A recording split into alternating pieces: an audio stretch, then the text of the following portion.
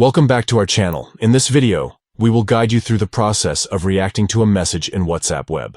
Follow these simple steps to express your emotions and engage with your conversations. Step 1. Open WhatsApp on your computer by launching the WhatsApp Web application or visiting web.whatsapp.com.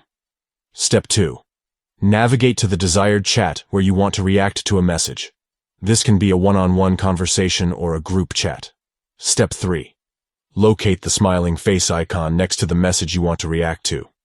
Click on it to reveal a list of available reactions. Step 4. Choose the reaction that best represents your feelings or thoughts about the message.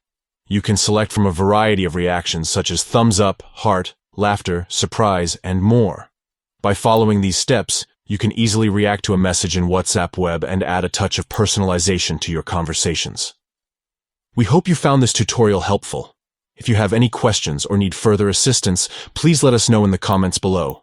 Don't forget to like this video and subscribe to our channel for more useful tutorials. Thank you for watching.